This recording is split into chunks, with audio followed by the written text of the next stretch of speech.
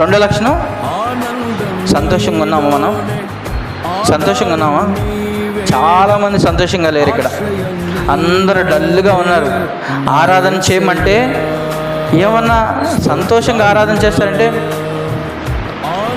ఏమన్నారు? పెదాలు కదుపుతున్నారు అంతే.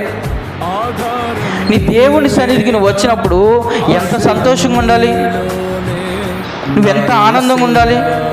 దేవుని దగ్గర పొందుకోవాలంటే అరే నిన్ను చూస్తే నాకే ఇవ్వాలనిపించట్లేదురా. దేవుడు అనుకుంటాడు నిన్ను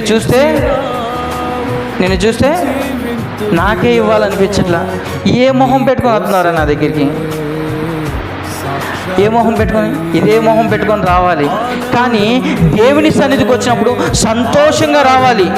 నా దేవుని సన్నిధికి వచ్చినప్పుడు సంతోషంగా వెళ్ళాలి. ఎందుకు సంతోషంగా వెళ్ళాలంటే సంతోషంగా వెళ్ళినప్పుడు మనలో ఇహలోక సంబంధమైన ఏది రాదు, ఇహలోక సంబంధమైన ఆలోచనలు ఉండదు, రేపేం జరిగిద్దని ఆలోచనలు ఉండదు.